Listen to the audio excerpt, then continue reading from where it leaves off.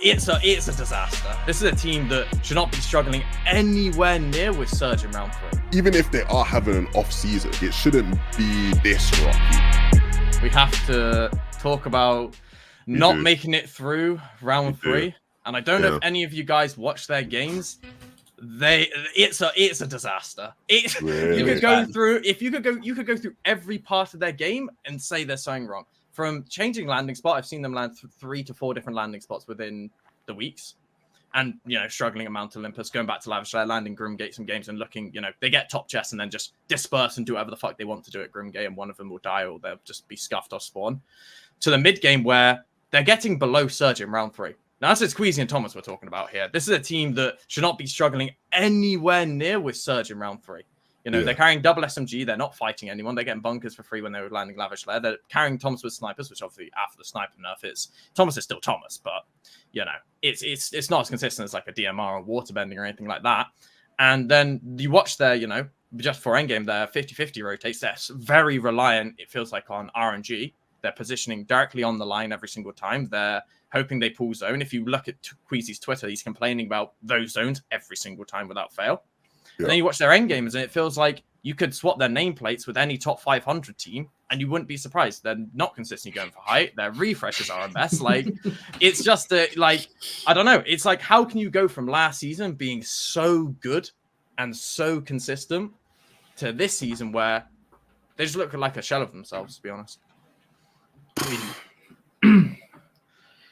But yeah, I don't know. I don't know what they've got to turn it around for a low bracket. I don't know what they're going to do, but Harry, you're a hate watcher. You really are. I am a hate watcher. You've gone in the VODs and you've watched, and you're like, oh, they're a top 500 team. These guys are some arse. You've analysed how bad they are. I respect it. No, because I was curious because I'm like, this is Queasy and Thomas. This is a team who, with your they should be able to play literally with their eyes closed and qualify. They're genuinely through a round 3 as well, which for them is I understand maybe they have a mess in round 4. Last week they came 90th, and if they came 90th and if they came 90th again, you could say landing spot issues, whatever. They're still doing fine, but not making out of a round 3. Yeah, that's a howler. That's just I just gotta say how it is. They're not gonna sit there and go woe is me, oh, we got unlucky. They're obviously gonna sit there and we played shit, and it's fine to be like that. So I spoke to Queasy, and he very much gave me the sort of holiday vibes of you've done good in a season, you have a season off, Yeah. And I think the main problem that Queasy had last year was that when he had that season off, it was the season before Globals, right? Obviously they had the domination season.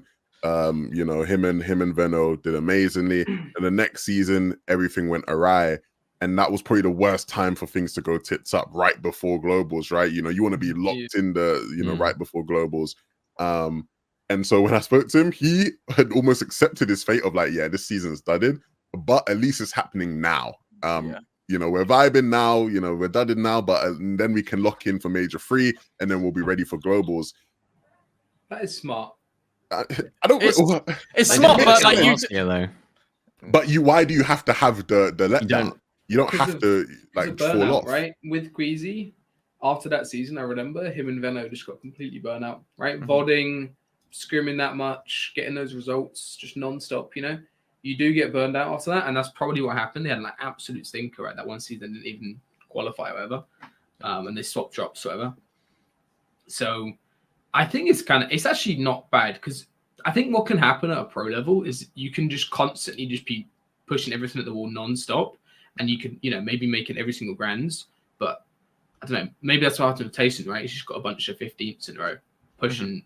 I don't know, but you know what I mean. There's only a certain amount of effort you can put in continuously, and then you're going to hit a sort of point where you can't actually improve from that much effort, right? Because that's kind of your baseline. So having a little bit of a break. Obviously, I don't think having a break mid FNCS. You probably just have a little holiday after whatever something's happened, right? But I think it could work out well for them. They just have one stinker season, and the next season they full grind. They've got that motivation back. They saw people do much better than them, and then they're locked in for Globals. Yeah, I think you're being too lenient on them.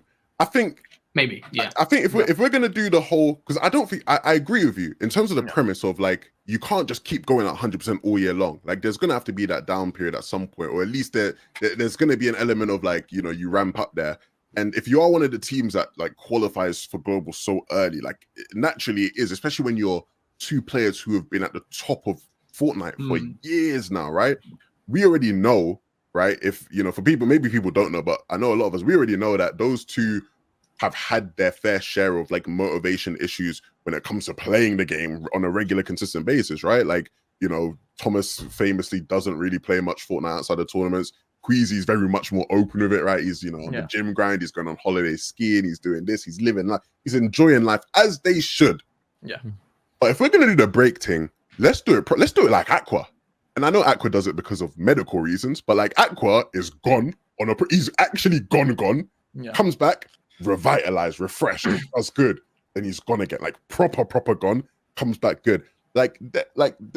They're not good. They're here, they're playing, and they're not doing good. And so it's like one of those things where, like you said, Harry, these are two players good enough to where they should be qualifying for these things with their eyes closed. Like it should, even if they are having an off season, like it shouldn't be this rocky. That's my issue, right?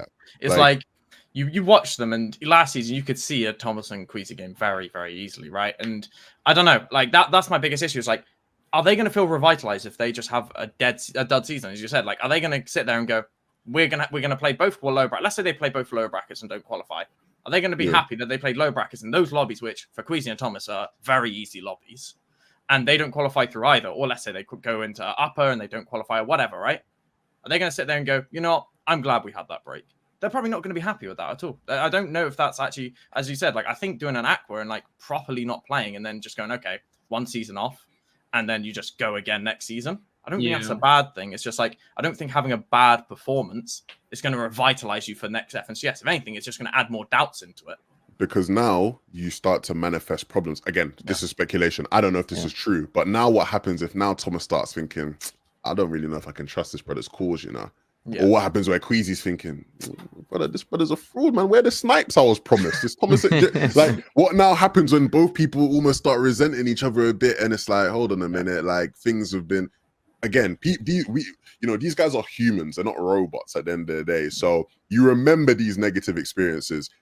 I think the best case scenario for them is that they both just 100% delude themselves for the better and go, yeah, this season was never going to be for us anyway. Like, it was just that there's nothing we can do. Like, they actually both have to just convince each other that there was not, like, it's not in their control. It was the season's fault. Literally, right? Literally.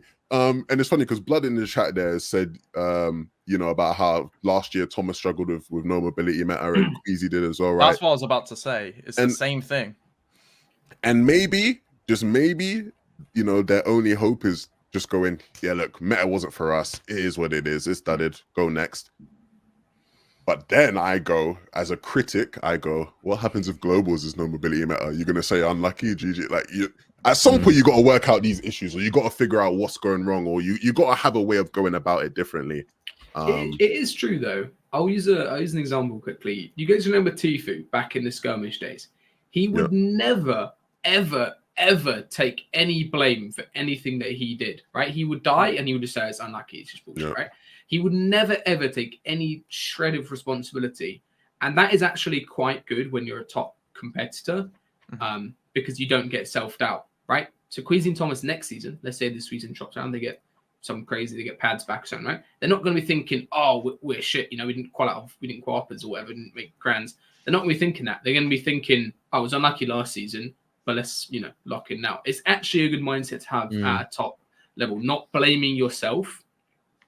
I know some people will disagree and say, oh, you should blame yourself and fix mistakes and stuff, which, yeah, it's a good point. But not blaming yourself can be quite good at a very top competitor level, because then you don't get that self-doubt, you know, in your head. And you always have that belief. There's a balance. There's a balance there. There definitely is a balance. But I think Queasy is one of those type of players. Same with Thomas, right? I don't think they'll be worried about. I don't think they'll have self-doubt problems. I agree with you. Like, I don't think they'll either of those, and they shouldn't because they're fucking crazy. Like, it's Th0masHD and Queasy we're talking about. Yeah, like, look at who we're talking about here, bro. Like, that's part of why it's almost sad, because we shouldn't be having this conversation about Thomas and Queasy. Like, we just shouldn't be. Yeah. Like, regardless of the circumstances of why things are dudded, you know. Yeah. You think that break is more of a Queasy thing than a Thomas thing as well? Like, Thomas is. I just feel like, although Thomas doesn't play the game, I never really feel like Thomas is completely out of it. Like, he's always in and amongst the top players, and he's always like, you know, top of the leaderboards. Like, he's always in and amongst the top players, even if he's not grinding. Like, he's not doing scrims. Like, Thomas never scrims. Everyone knows that. So is it a Queasy thing that they're not fully trying this season? And I think personally, I'd agree.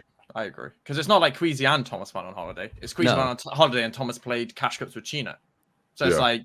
It was, and I mean, they qualified, to be honest. So, you know, if we're talking about that sort of stuff, but no, I agree. It's like, I don't think, like, what's Thomas's average grands placement? I think it's like 8th or something. He qualifies to pretty much every single one. He places well in every single one. Obviously, he doesn't win, but he's always in and around winning it. To then go from, as I said, 2nd to not even qualifying, you can give some blame, you know, to the some blame to having a break and going on holiday and all this stuff. But as you said, we're talking about Queasy and Thomas here at the end of the day. These guys should, as I said, should be qualifying easily. Even if it's to, as I said, lower bracket, top 100s, maybe you do bad in round 4 because you don't have a landing spot, that's fine. But it's the manner they qualified to lower bracket. That's something you'd see out of, you know, like just another random team. You know, they make one top 100, you know, they have come top 100 out of top 250, and then they don't make it out of top 1000. It's like, as I said, we're talking about Queasy and Thomas. These are guys who, well, when we did our preseason predictions and tier lists, they were in the top 5. To then now say that, oh, it's fine, they had a bad season because they're having a mental break. It's like, they should, even if they should be qualifying anyways. And maybe it's the landing spot problem that they chose a bad landing spot. Who knows? Maybe we should just know this now, that if there's ever a season where Queasy does well, we should just predict a complete dud the next season. It's like, ridiculous. It should just be automatic, you know? Yeah, it's just like, I don't. Yeah, it's weird. It's weird because, yeah, as you said, like, obviously Queasy and Vino going from the most dominant team EU has ever seen to not even making grand finals. This obviously nothing. I don't think will ever rival that. That turnaround, nothing will ever compare to that. But this is getting close if they don't make grands. Like, to go from 2nd to not qualifying, or could have won in another world. They could have won that FNCS, right? You know, if he gets the kill when the guy falls off, or one other kill, one extra placement, they win. So, yeah, it's insane. But you know, there's, you know, if you're Queasy and Thomas, you're millionaires. So in the bigger picture, does it actually matter? Yeah, I don't think they'll be sad. At least, like, again, like when I spoke to Queasy about it, like he didn't seem sad. Like he actually did have a mentality about it and a like attitude about it that did inspire some confidence of like it didn't seem like it's something that he's letting affect him too greatly, which I think is good. So, but no, yeah, that definitely was one of the uglier looks from qualifier 2 for sure. Them two not making round 4.